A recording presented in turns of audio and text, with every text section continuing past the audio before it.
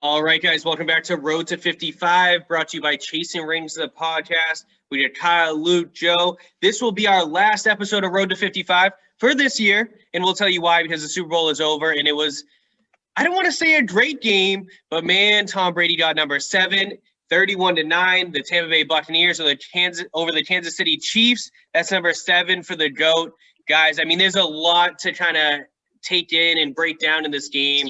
I know we're all gonna have different opinions as to who was the MVP of this, but you know, I mean, I can't believe it. Patrick Mahomes, 26 for 49 with a 52 rating, 49.9 QBR, 2 interceptions, 3 for 27. The dude ran 497 scramble yards. I mean, guys, what an amazing game by the Tampa Bay Buccaneers. Both sides of the ball showed up. Luke, I'm gonna ask you right now. We've been Pats fans our whole lives, all 4 of us. We've seen Tom play in 9 as a Patriot. We just saw him play in number 10 for the Bucs. Was this the best complete game we've seen from Tom Brady in a Super Bowl? I don't know. I don't think so. Like, he's had so many memorable Super Bowl moments. It was the most efficient he's ever been in the Super Bowl. I'll say that. 21 for 29.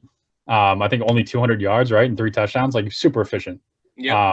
He used his weapons and he used his favorites, as Tom always does. He went to Gronk, he went to AB for the scores.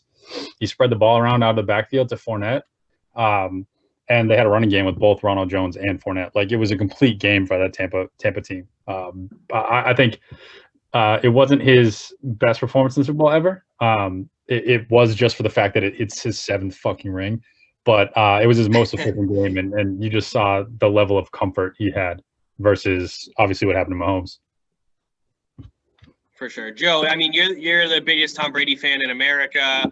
He has a restraining order against you. He's never even met you before. But you tell me. I mean, for me, it's just watching the game. We've never seen 4 comfortable, cool, collected quarters, in my opinion, of Tom Brady in a Super Bowl. And I agree with Luke in a sense, only 200 yards doesn't sound crazy. I think he had 500 against the Eagles. But was this like the most complete of game he's ever had? I think it wasn't like necessarily a Tom Brady, obviously, game winner moment, but you know, he was clearly the commander on the field. He was, in my opinion, the reason why the team is playing so well to begin with. He's the heartbeat of the team. So it wasn't like we've seen before, you know, a nail biter, but he was still, in my opinion, the controller of the game. Okay. Now, Kyle, what kind of impressed you more, to be honest? The defense of the Buccaneers or the offense? Oh, the Bucs defense for sure. I mean, one of the best performances Super Bowl history. I mean, they showed a stat after the game. The Chiefs did not score an offensive touchdown for the first time since 2017. It's crazy. This was the first Tom Brady Super Bowl I watched where it wasn't like a heart attack game, but I was still nervous until like a minute left because like that Chiefs offense is so dynamic, and I was just waiting. I was thinking about like the Atlanta Super Bowl where I'm like, we were on the other side of 28-3, like the right side, but I'm like, it would be so terrible every time the Bucs scored. I'm like, nothing would be worse than getting a huge lead and then just having the Chiefs fucking storm back. So I was like worried. I was like waiting for that the whole time. And then like the Bucs defense, yeah, they played out of their mind. I could not believe, you mentioned it, Vic, like almost 500 scramble yards for Mahomes. 29 hurries. I'm pretty sure I saw a stat that 14 was the record in the Super Bowl before this. 14. The Chiefs took 2. They would always take, you know, 1 step forward, 2 or 3 steps back. That's what kept happening. They would get momentum. Kelsey got his, just like always. Mm-hmm. They would give it to Kelsey, and then they would get a penalty, or like Mahomes would get sacked. You could see he was sort of like half-heartedly playing throughout the game. He was sort of defeated fairly early. It looked that way. It was kind of the tale of health with this game, where the Bucs defensive line, like Shaq Barrett was always banged up. White was dealing with some injuries throughout the season. Vita Vea came back, last game, I'm pretty sure? This was only his 2nd game. And on the opposite side, you had the Chiefs both, their left tackle, Fisher was out, and then their right tackle was out. Was that what it was? Are they both of them? Yeah, both tackles were out. So, you know, you had a scramble while the other side got got healthy. So, I mean, really kind of a tough break for the Chiefs and obviously in the favor of the Bucs. But, I mean, the Bucs took advantage of every single play. And it's funny because everybody wrote off the Bucs defense probably week 10, I want to say. And then all of a sudden in the playoffs, when they had to play Drew Brees and Aaron Rodgers and Patrick Mahomes, their defense just showed up. For me, guys, like Tom Brady was the individual MVP, but that defense 100% won them the game. We knew the Bucs would get their points. And in my opinion, I put my money, and I'll openly admit this, I put my money on the Bucs to win. All week I said the Chiefs were winning, but I put my money on the Bucs to win. But I knew in my heart it would be the last score. Whoever scored last was winning the game. Did anyone expect 9 points from the Chiefs? And for it to be, it was a rout. I mean, 0 points scored in the fourth quarter. It was a rout. The game was over. Yeah, they didn't score. The Chiefs last scored points. They scored their, a 51-yard field goal from Butker with 12 minutes left in the third. Crazy. That is crazy. 27 minutes unscored in the second half. I mean, that's crazy. I mean, Patrick Mahomes, Travis Kelce, Tyreek Hill, 3 Hall of Famers. Arguably, I mean, I don't know. Is that the best trio? I know Brady and Gronk and Edelman. It's wild. I think that one of the biggest takeaways is the D-line of the Bucs, the O-line of the Chiefs. I mean, like you said, both tackles were out. One of them, Remmers, had played in the Super Bowl in 2015. He's a backup for Fisher, I believe. Yep. And when he played in that Super Bowl with the Panthers, he allowed 3 sacks and 7 quarterback hurries. So, like, this was no different this time around against Shaq Barrett or the Dominican Sue, who's an absolute monster. David, like, all those guys are just – the way the defense played is incredible. I'm pretty sure White had an interception every single postseason game. It's just nuts how how well they rallied around each other. Now, Luke, you're a big running game guy. Clyde Edwards was 9 for 64. Last week was his first game back. He looked okay, not great. 2 weeks ago. And then he's 9 for 64. They can't get the pass game going because of the pressure. Why are they not running the ball more? And early in the game, I know when you're down 22, you got to let it fly and you have Patrick Mahomes. But earlier in the game, pound the rock. Yeah, I mean, it was their offense hasn't been. I mean, we know it's a Tyreek and Kelce offense, but yeah, I mean, Hilaire had a super efficient day on the ground, even only on 9 carries. Like they should have run the ball. It's clearly evident. They couldn't get anything going with the passing game just for the sheer fact that Mahomes was, like you said, he was running around the entire game. Like, how do you mitigate that? You run the ball. You have to change it up. You can't just have Mahomes on an injured toe making these crazy throws. Some of them were unbelievable. Look like a shortstop in the infield. Yeah. But to me, a noticeable thing with Mahomes was the pain, because typically the pain makes you the minor details affects the minor details. So if you guys noticed, how many balls did Mahomes throw at the foot of receivers? There were so many balls thrown below the knee. It had to have been because of the foot, because that's Mahomes. Whether it's the pivot or the plant or whatever. Yeah, it was so many that were close to the ground that just couldn't be caught. Yeah, Kyle, I was really high we obviously on Chase and Reigns, we talked about the coaching carousel this year in the NFL and where guys are going and who's getting hired. Eric Bieniemy was a huge name that people kept talking about and obviously well-deserved with this offense. Is there any blame to him for not getting this offense going? I mean, arguably, like I said, the best trio I've ever seen. I mean, we could probably break down the Patriots with Brady, Gronk, and maybe Edelman. But this trio is unbelievable. They've been high-powered for 3 or 4 years now. Should Eric Bieniemy get a little more of the blame for their offense? Yeah, I think the play calling has to be called into question for sure. I mean, we mentioned it. You got to get the running game going, especially with how effective it was at the beginning, and especially when Mahomes is running around, like we said, with an injured foot. Yeah, it seems like you got a problem because you don't have time to throw. So hand it off, and it's working. So why did you abandon it? It's like we talked about play calling issues all year with the Patriots, where it's like what's going on here? Like what is the poor play calling? So I think definitely deserves a blame. But to kind of flip that on its head, I think I saw the Bucs take a page out of Belichick's book, really, where it's like, to me, they took away Tyreek Hill. You know how Belichick always takes away the best player and he lets someone else beat you?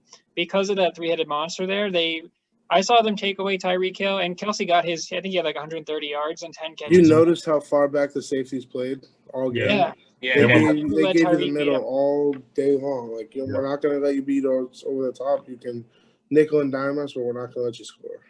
Yeah, if you guys noticed, Travis Kelsey, like all of his catches, he was like just sitting right in the middle of the field, and he just throw it right over to him. And it's like, okay, you're getting 20, 25 yards, but they were like, we're not going to allow the big play. And that Chiefs offense was built on big plays all year, Well, that's the point I want to bring up to Joe. Joe's going to build off of this.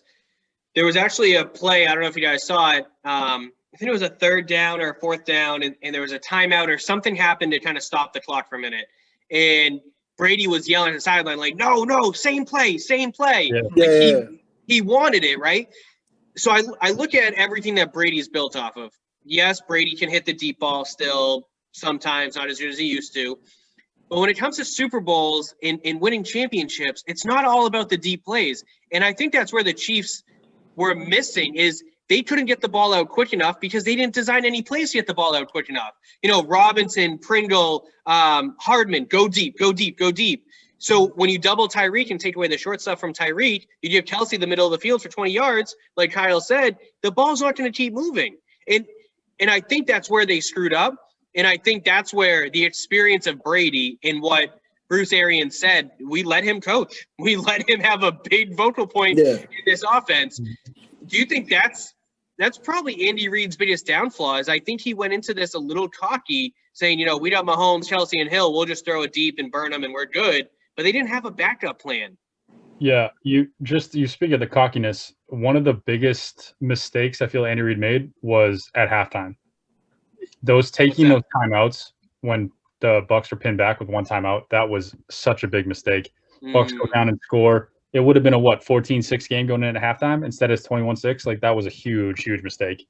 Yeah, and that was that Mike Evans penalty, tripped his foot or whatever. Yep.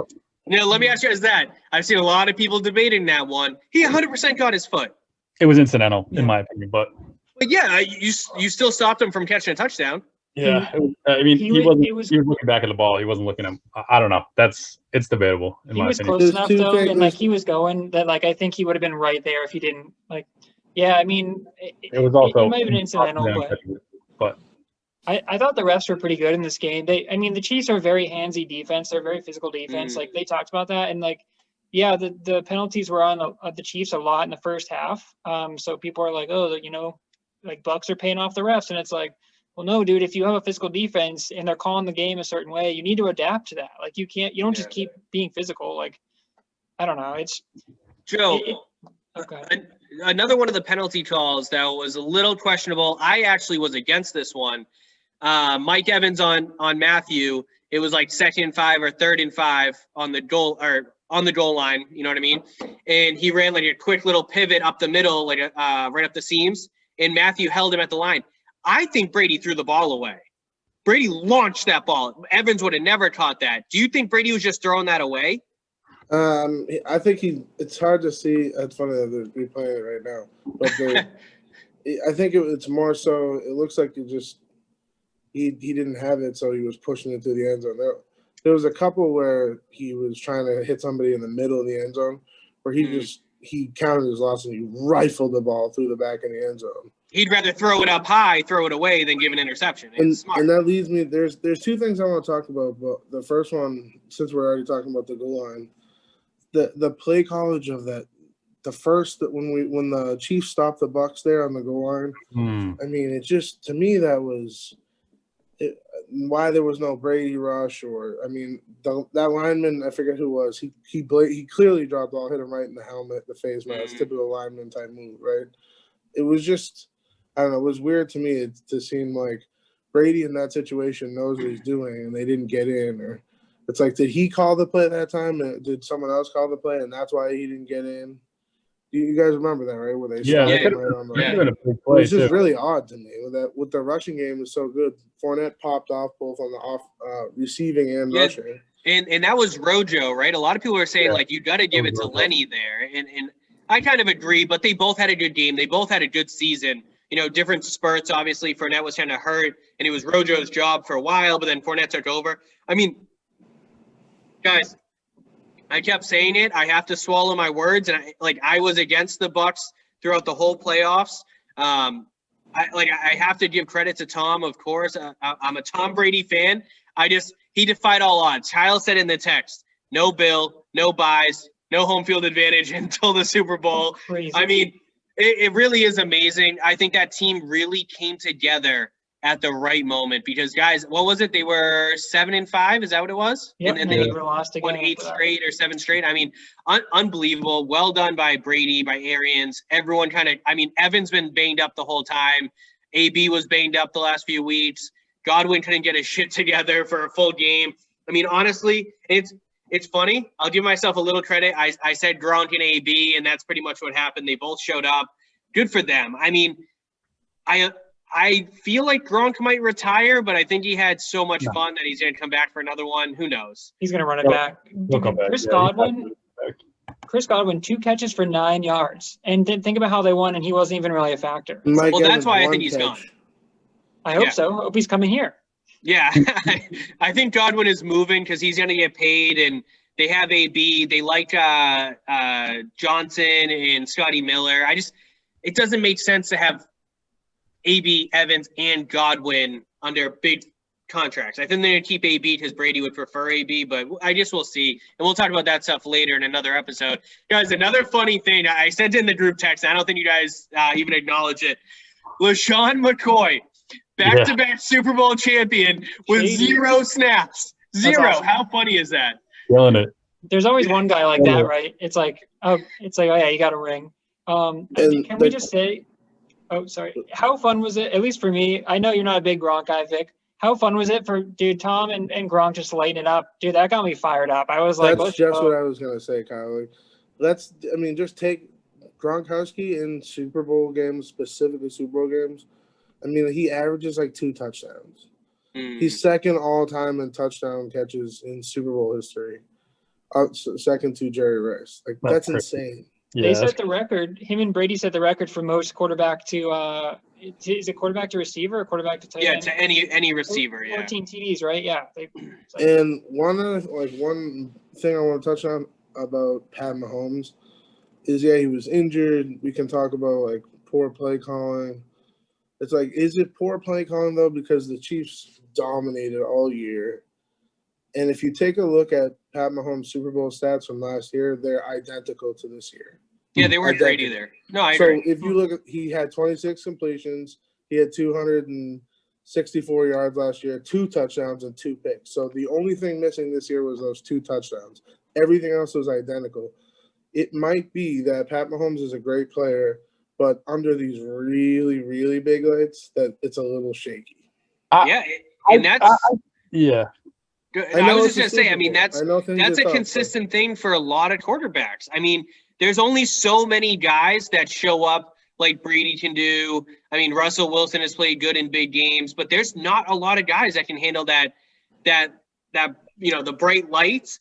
But I'm sorry, I know Mahomes didn't play well. He had 23 incompletions and 2 interceptions, but the 29 hurries and the 497 scramble yards, he has to get a little bit of the benefit of the doubt that the O-line was that bad and the Bucs defense was that good. A little bit. I agree, Joe. Yeah, if he was 32 for 49 with a hot. touchdown, I mean, we give him a little more credit if he's 10% better.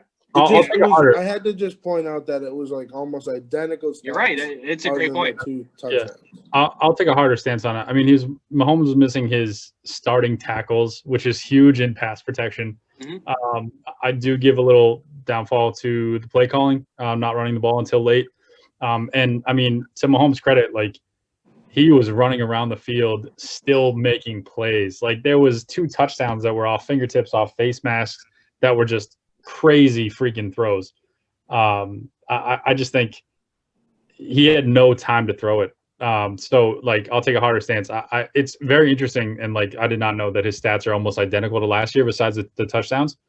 But yeah, he had no protection. That Bucks defense. We have seen Brady play plenty of Super Bowls though with shit linemen or like. Pats have always had good offensive lines. They've had good linemen, but they've always been banged up.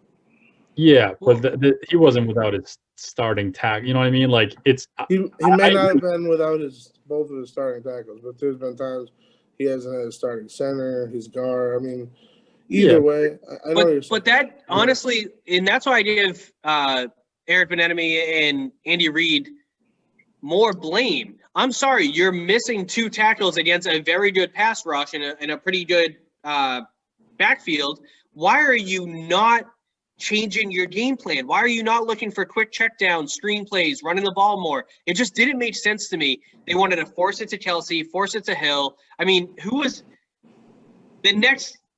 So 3 players had 2 catches. Hardman 2 for 4, Williams 2 for 10, and Edwards-Helaire 2 for 23. I mean, guys, I have to give them a lot of blame for not changing their scheme. It doesn't make sense. This is a game at halftime. It seemed like they didn't really adjust. Well, that's my point is, and I think that goes back to that halftime decision of like trying to using those timeouts from the Kansas City side and trying to get the ball back is like that was a huge mistake. Instead of taking what you've just seen in the first half and applying that to changes in the second half, you gave yourself an even bigger deficit. And at that point, it was, what do we do? We'll figure it out. Like they should have taken the halftime score of 14-6 and adjusted. Like that would have been a Super Bowl decision. They made the wrong decision there.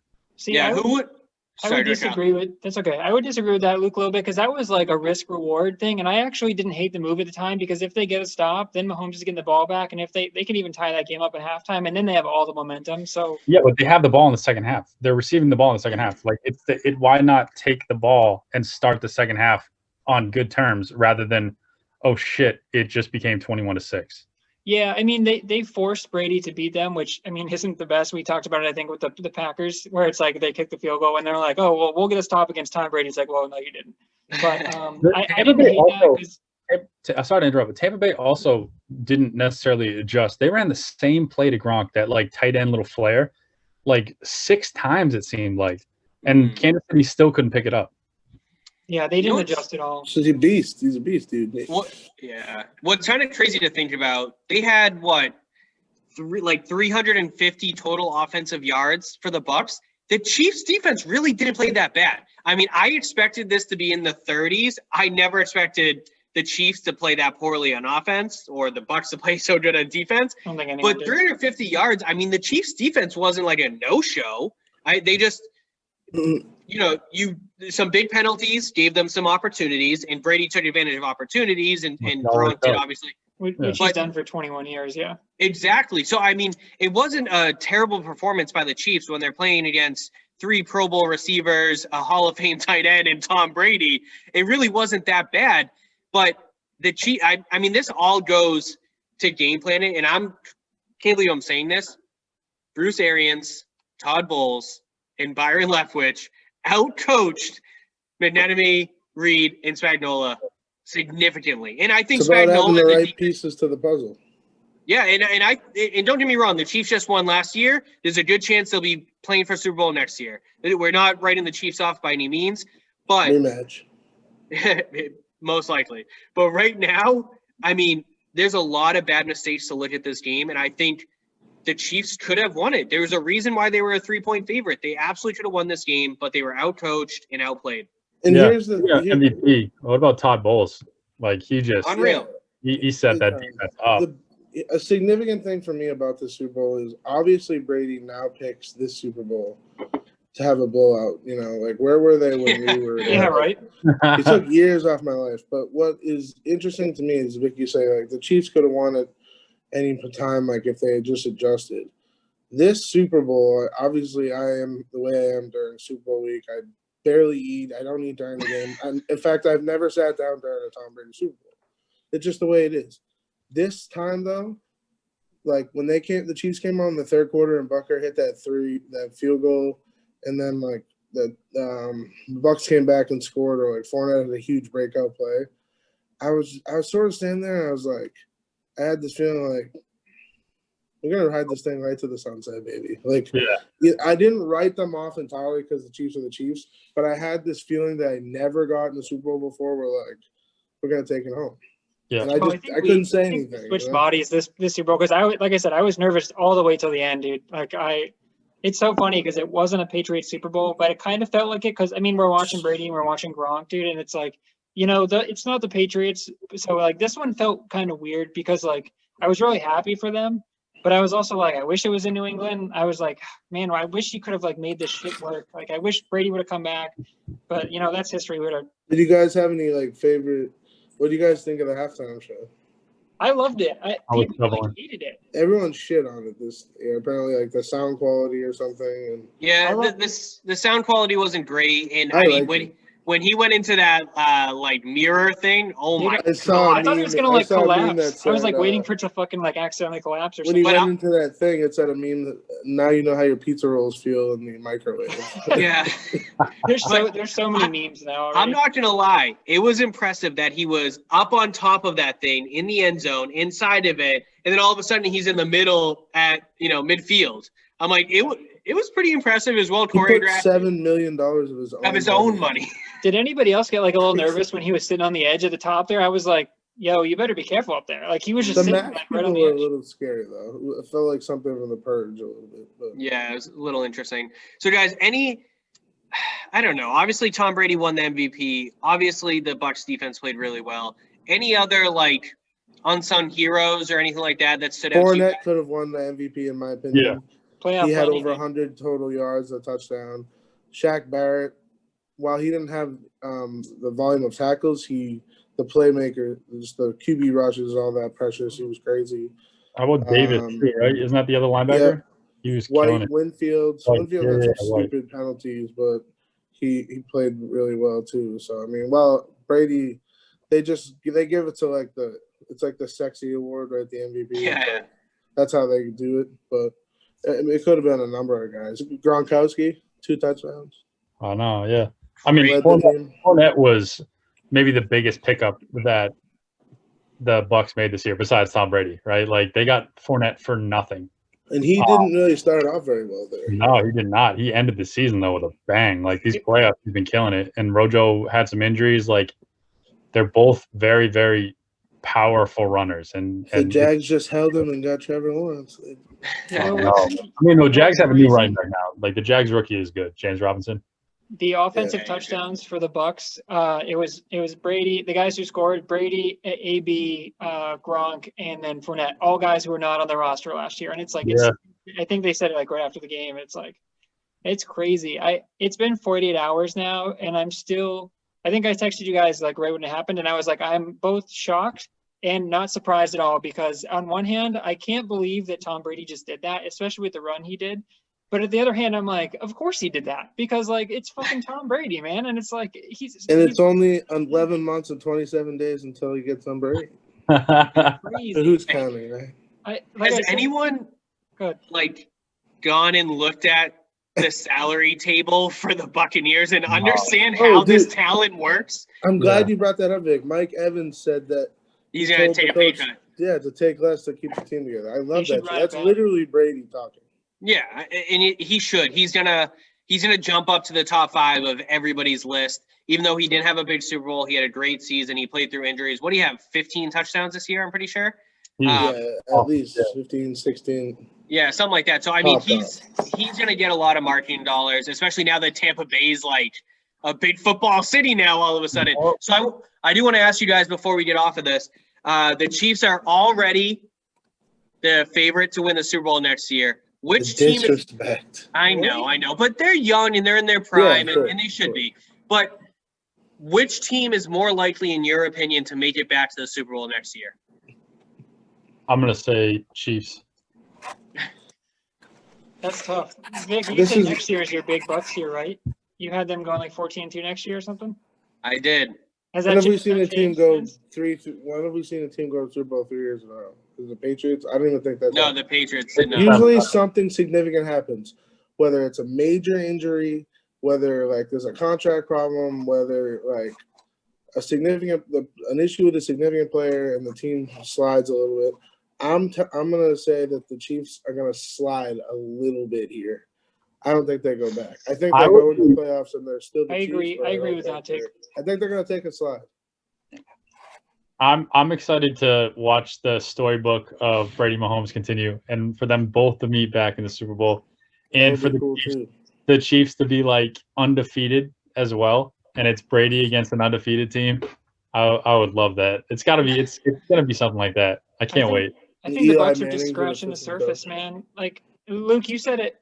We talked about, or at least I brought it up in wild card round, where I was like, it's so stupid that the Bucs were 11-5 and they're going to Washington. And Luke, you said like, well, the Bucs should have won more games. And I'm like, dude, I feel like they're just scratching the surface of what's really possible. Yeah. And it's like, now that they know that we can win, we were 7-5 and then we ripped off the rest of the wins and we won a Super Bowl. Now that they know that they can do it, it's like I feel like the sky's a limit. Where it's like I can't go against Tom Brady. Like yeah.